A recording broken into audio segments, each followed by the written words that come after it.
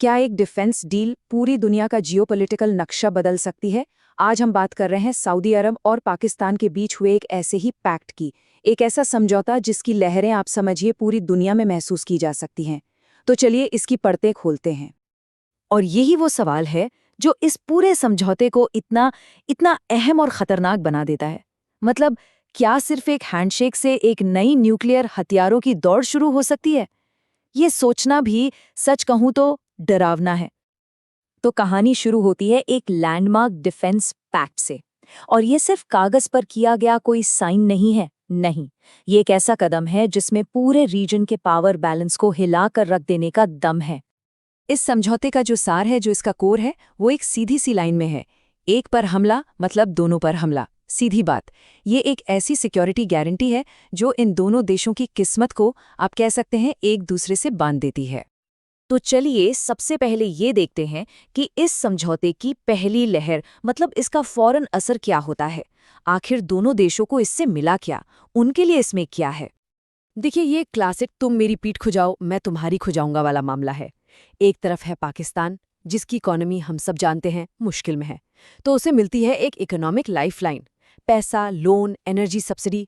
इससे आईएमएफ की सख्त शर्तों से भी थोड़ी राहत मिलती है। और दूसरी तरफ है सऊदी अरब। उसे क्या मिलता है? उसे मिलती है पाकिस्तान की मजबूत मिलिट्री का सपोर्ट और वेस्टर्न देशों से हटकर एक भरोसेमंद डिफेंस पार्टनर। तो हाँ, ये एक बिल्कुल स्ट्रेटेजिक लेन देन है। लेकिन कहानी सिर्फ इन दो देशों पर खत्म नहीं होती। बिल्कुल नहीं। इस डील की जो दूसरी लहर है ना, वो पूरे गल्फ रीजन के पावर बैलेंस को बदलने का दम रखती है। और यहीं से तस्वीर और बड़ी हो जाती है। देखिए, ये समझौता एक नए पावर ब्लॉक को जन्म दे सकता है। एक ऐसा गुट जो खाड़ी देशों को पाकिस्तान के और करीब ले आएगा। और यहाँ एक बात याद रखनी बहुत जरूरी है। पाकिस्तान का सबसे करीबी दोस्त कौन है? चीन। इसका सीधा मतलब ये हुआ कि अमेरिका और चीन की जो ग्लोबल राइवलरी है, उसे अब इस इलाके में खेलने के लिए एक नया मैदान मिल गया है। अब आते हैं सबसे बाहरी और, सच कहूं तो, सबसे खतरनाक लहर पर। यानी वो पहलू जो इस पूरे समझौते पर एक न्यूक्लियर शैडो डालता है, एक परमाणु साया, और इसे बेहद बेहद अनस्टेबल बना देता है। ये जो लाइन है ना, यही सारी चिंता की जड़ है। फैक्ट ये है कि पाकिस्तान दुनिया की अकेले मुस्लिम मेजॉरिटी वाली न्यूक्लियर पावर है।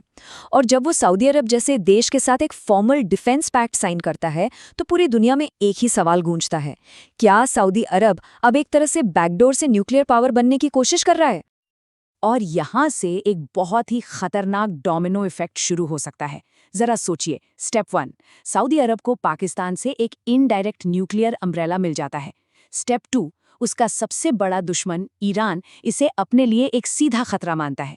स्टेप 3, जवाब में ईरान अपने न्यूक्लियर वेपन प्रोग्राम को पूरी रफ्तार से दौड़ाता है। और नतीजा, पूरे मिडल ईस्ट में न्यूक्लियर हथियारों की एक विनाशकारी रेस शुरू हो जाती है। और ये खतरा सिर्फ रीजन तक ही सीमित नहीं है। नहीं, ये उन ग्लोबल कोशिशों को भी कमजोर करता है जो दशकों से दुनिया को न्यूक्लियर हथियारों के फैलाव से बचाने के लिए की जा रही हैं। हम बात कर रहे हैं एनपीटी की, यानी नॉन प्रोलिफरेशन ट्रीटी की। ये वही ग्लोबल एग्रीमेंट है जो इतने सालों से न्यूक्लियर वेपन्स को फैलने से रोकने का काम कर रहा है। लेकिन सोचिए, अगर सऊदी अरब जैसे देश पाकिस्तान के न्यूक्लियर कैपेबिलिटी का, मतलब एक तरह से पिगीबैक करने लगते हैं, तो ये तो पूरे ग्लोबल सिस्टम की नींव हिला देने वाली बात है। तो इन सब ग्लोबल खतरों के बीच भारत कहाँ खड़ा है? एक अहम पड़ोसी होने के नाते इंडिया के लिए इसके क्या मायने हैं? इंडिया के लिए ये पैक्ट एक नई और बहुत ही खतरनाक सिक्योरिटी रियलिटी बनाता है, जिसे कह सकते हैं टू फ्रंट न्यूक्लियर वॉलेटिलिटी। मतलब अब खतरा सिर्फ एक तरफ से नहीं, बल्कि दो तरफ से है। ये इंडिया के लिए एक मल्टी डायमेंशनल प्रॉब्लम है। सिक्योरिटी के नज़रिए से देखें तो सऊदी का सपोर्ट मिलने के बाद पाकिस्तान और ज़्यादा अग्रेसिव हो सकता है। डिप्लोमेसी के लेवल पर गल्फ देशों के साथ इंडिया के जो अच्छे रिश्ते हैं, उन पर दबाव बढ़ेगा। और मान लीजिए, इस सब के चक्कर में अगर ईरान भी न्यूक्लियर वेपन बना लेता है, तो इंडिया के लिए वेस्टर्न फ्रंट पर एक और बड़ा सिरदर्द खड़ा हो जाएगा। तो सवाल ये है कि ये सब हमें ले कहाँ जा रहा है? आगे क्या हो सकता है?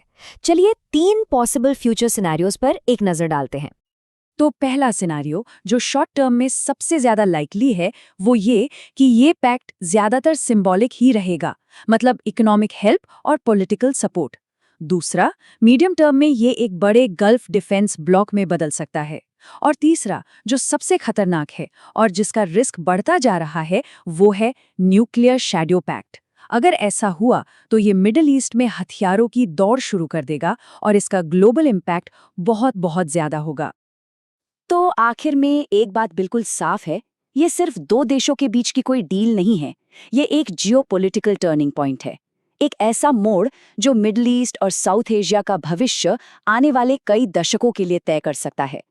और असली सवाल ये नहीं है कि ये मोड़ हमें किस तरफ ले जाएगा।